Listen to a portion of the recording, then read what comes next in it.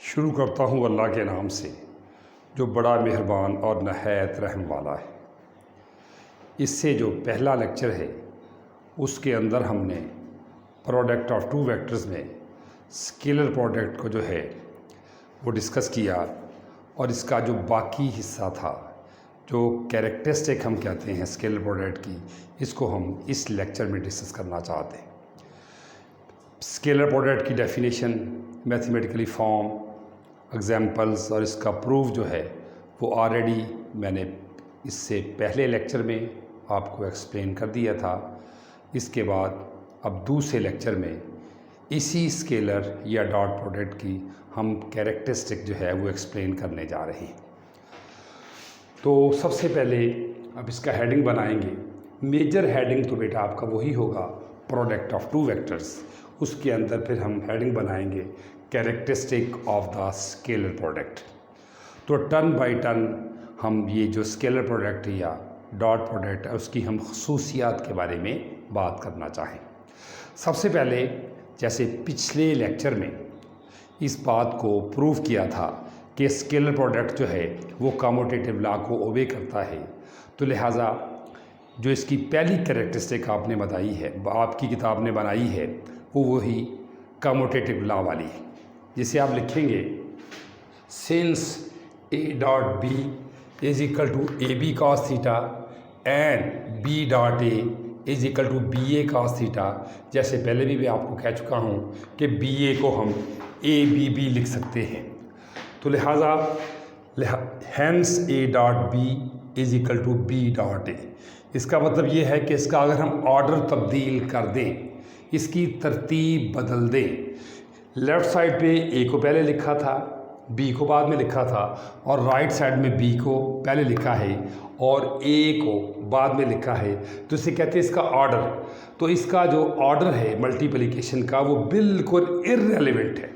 तो यही लिखा है the orders of the multiplication is irrelevant. इससे मुराद है कि अगर इनकी तरतीब बदल दी जाए तो इसकी वैल्यू पे कोई फ़र्क नहीं पड़ता। या इन अदर वर्ड्स हम दूसरे लफ्ज़ों में हम कह सकते हैं कि जैसा कि मैंने इससे पहले लेक्चर में आपको प्रूव कर दिया था कि स्केलर प्रोडक्ट जो है वो कम्यूटेटिव लॉ को ओबे करता है। ये थी इसकी पहली कैरेक्टरिस्टिक। सिंपल आप कह सकते हैं कि scalar product obeys the commutative law. उसके बाद दूसरी इसकी कैरेक्टरिस्टिक ये है कि अगर दो वेक्टर म्यूचुअली परपेंडिकुलर हों, फॉर एग्जांपल अगर आपके पास एक ये वेक्टर है और उसके बाद दूसरा बी ये वेक्टर है और ये म्यूचुअली परपेंडिकुलर हैं, एक दूसरे के साथ जो है 90 का जाविया बना रहे हैं, अगर हम इनका डॉट प्रोडक्ट लेते हैं तो ये हमें ज़ीरो वैल्यू देता है। तो लिहाजा हम लिखेंगे second characteristic the product of two mutually perpendicular vector is zero. जैसे फिगर में दिखाए गए हैं ए और बी, ये दो म्यूचुअली परपेंडिकुलर वेक्टर्स हैं। इसकी मैथमेटिक फॉर्म में हम लिखेंगे A dot B is equal to A B cos theta is equal to A B theta की, चूँकि हमने लफ्ज़ परपेंडिकुलर का इस्तेमाल किया है तो परपेंडिकुलर में एंगल जो है वो 90 होता है, तो लिहाजा थीटे की बजाय हम 90 का एंगल यूज़ करेंगे। तो ये बात आपको पता है cos 90 जो है वो 0 के बराबर होता है। या फिर साइड पे मार्जिन में हम लिख सकते हैं because cos 90 degree is equal to 0। cos 90 जो है वो 0 के बराबर होता है, तो लिहाजा हम 90 की जगह पर जब 0 लगाएंगे तो ए बी जब 0 से मल्टीप्लाई हो जाएगा तो 0 ही हो जाएगा। तो लिहाजा हम शॉर्ट फॉर्म में लिख सकते हैं A dot B is equal to 0। पहली characteristic scalar product commutative law को ओबे करता है, और दूसरी कैरेक्टरिस्टिक जो है वो क्या है कि अगर दो वेक्टर म्यूचुअली परपेंडिकुलर हों तो उनका डॉट प्रोडक्ट जो है वो हमें 0 देता है। उसके बाद अगर हम यूनिट वेक्टर के केस में इसको एक्सप्लेन करना चाहें, जिसको आप राइट हैंडेड सिस्टम कहते हैं, तो इसके अंदर आप तीन म्यूचुअली परपेंडिकुलर लेंगे वेक्टर। ये आई वेक्टर होगा, ये जे वेक्टर होगा, उसके बाद ये के वेक्टर होगा, और ये तीनों जो हैं वो म्यूचुअली परपेंडिकुलर होंगे। तो लिहाजा इस केस में भी आप कह सकते हैं कि I dot J is equal to J dot K is equal to K dot I is equal to किसके बराबर है, 0 के बराबर है। इससे जो पहले कैरेक्टरिस्टिक में यही कहा है कि दो वेक्टर अगर बेटा म्यूचुअली परपेंडिकुलर हों तो उनका डॉट प्रोडक्ट जो है वो हमें 0 देता है। अब इसको in case of unit vector भी मैंने लिख दिया है कि जब दो डिफरेंट वेक्टर्स आपके पास हों, म्यूचुअली परपेंडिकुलर हों, जैसे इन राइट हैंडेड सिस्टम में मैंने फिगर भी बना दी है और आपको बता भी दिया है कि I dot J, J dot के डॉट आई जो है वो ज़ीरो के बराबर है। किताब में इस बात को नहीं लिखा, बाज़ का बोर्ड्स में ये प्रूव करने के लिए जाता है कि इनको प्रूव करो कि I dot J, J dot के डॉट आई ज़ीरो के बराबर है। तो फिर बड़ा सिंपल सा है, अगर आपको ना बताया जाए तो बच्चों को मुश्किल पेश आती है, तो लेकिन मैं बता रहा हूँ जो कि आप समझ जाएँ, बड़ी सिंपल सी बात। तो इसको लिखेंगे आप आई डॉट जे, लेफ़्ट साइड पे चूँकि यूनिट वेक्टर हैं और राइट साइड पे आपको पता है इसकी मैग्नीट्यूड होती है। ए यूनिट वेक्टर आपने पीछे पढ़ा था, a unit vector is that vector whose magnitude is 1।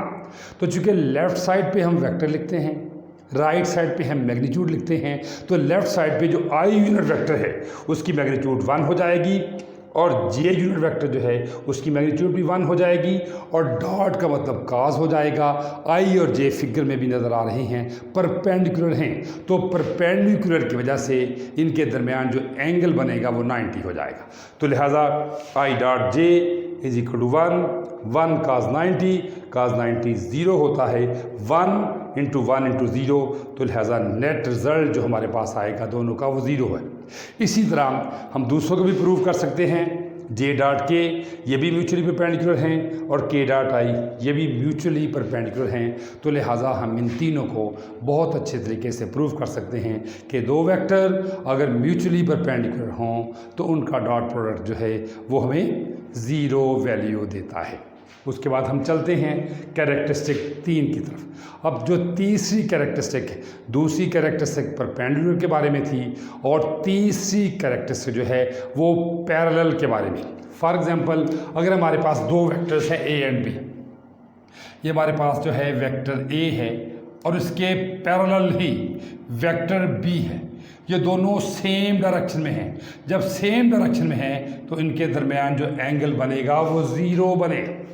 तो लिहाजा हम लिखेंगे the scalar product of two parallel vector, ये दो वेक्टर पैरेलल है। फिर सुन लें, scalar product of the two parallel vector is equal to the product of their magnitude, thus for the parallel vectors.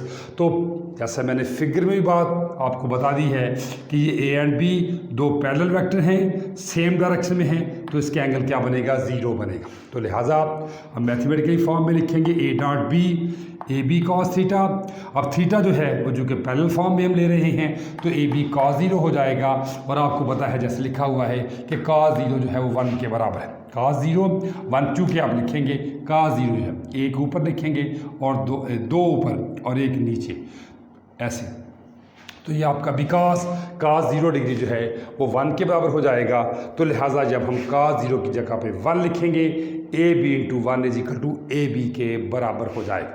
Similarly इसी तरह जैसे पहले केस में हमने पैरेलल वेक्टर लिए हैं, अब हम एंटी पैरेलल की बात कर सकते हैं। तो जैसे हमने परपेंडिकुलर के केस में यूनिट वेक्टर को डिस्कस किया था, अब हम पैरेलल के केस में भी यूनिट वेक्टर को डिस्कस करना चाहते हैं। तो लिहाजा आप लिखेंगे in case of the unit vectors I dot I, J dot J, के डॉट के जो है वो 1 के बराबर हो जाएगा। और उसी तरह जैसे पीछे हमने प्रूव किया है, अगर हम प्रूव करना चाहेंगे तो फ़र्क सिर्फ इतना होगा कि यहाँ पे हमने परपेंडिकुलर लिया था तो एंगल 90 यूज़ किया था, 90 की वजह से 0 आ गया था। तो यहाँ पे हम चूँकि पैरेलल ले रहे हैं तो पैरेलल की वजह से एंगल कौन सा आ जाएगा, 0 आ जाएगा। तो I dot I is equal to 1 cos 0 1 के बराबर होता है। तो आपके पास जो है ट्रिपल 1 आ जाएंगे, 1 इंटू 1 तो ये बराबर हो जाएगा 1 के। तो इसी तरह अगर आप प्रूव करना चाहें तो प्रूव भी कर सकते हैं, या सिंपल फिर आप लिखेंगे आई डॉट आई, जे डॉट जे, के dot K is equal to 1 के बराबर है। इसी तरह जो है ये दोनों हमने पैरेलल वेक्टर की बात की है, अब हम बात करते हैं एंटी पैरेलल वेक्टर्स की। उसके अंदर जो है एक वेक्टर उसी तरह आप ए सपोज करेंगे और दूसरा वेक्टर जो है उसके एंटी पैरेलल लेंगे ये, तो ये एंटी पैरेलल हो जाएंगे अपोजिट डायरेक्शन में। तो एंटी पैरेलल के केस में एंगल जो है वो किसके बराबर होता है, 180 के बराबर होता है। तो लिहाजा ये तीसरी कैरेक्टरिस्टिक में दोनों हैं। पहले हम पैरेलल की बात करते हैं, अब हम एंटी पैरेलल की बात करते हैं। दोनों वेक्टर जो हैं वो एक दूसरे के अपोजिट डायरेक्शन में आएंगे। तो लिहाजा हम लिखेंगे A dot B is equal to A B cos 180। तो आपको पता है कि 180 जो है बिकॉस -1 के बराबर होता है, तो ये ए बी इंटू -1 हो जाएगा, तो ये माइनस ए बी के बराबर हो जाए। तो इसका मतलब पैरेलल के केस में A dot B is equal to A B के बराबर, और एंटी पैरेलल के केस में एंटी पैरेलल से मुराद एंगल 180 हो जाएगा। तो लिहाजा उस केस में हम ए डॉट बी को माइनस ए बी के बराबर लिखें। उसके बाद जो सबसे बड़ी इंपॉर्टेंट कैरेक्टरिस्टिक है चौथी आपकी, उसके अंदर हम बात करेंगे सेल्फ प्रोडक्ट की, अपने आप के साथ लेना। ए के साथ ले लें, ए डॉट ए ले लें, वी डॉट वी ले लें, एफ डॉट एफ ले लें, कोई भी मिसाल दी जा सकती है। तो इसके अंदर आप देखेंगे कि जब हम सेल्फ प्रोडक्ट लेते हैं, दो वेक्टरों का सेल्फ प्रोडक्ट जो है हमने उसकी स्केयर की मैग्नीट्यूड के बराबर होता है। मैं लिखी हुई चौथी characteristic, the self product of vector A is equal to the square of its magnitude. अगर ए का ए के साथ, बी का बी के साथ, एफ का एफ के साथ, वी का वी, सेल्फ प्रोडक्ट कहते हैं अपने आप के साथ। अगर हम किसी भी वेक्टर का अपने आप के साथ सेल्फ प्रोडक्ट लेते हैं तो वो हमें क्या देता है, उसकी मैग्नीट्यूड के स्केयर के बराबर देता है। तो लिहाजा A dot A is equal to A का 0 हो जाएगा।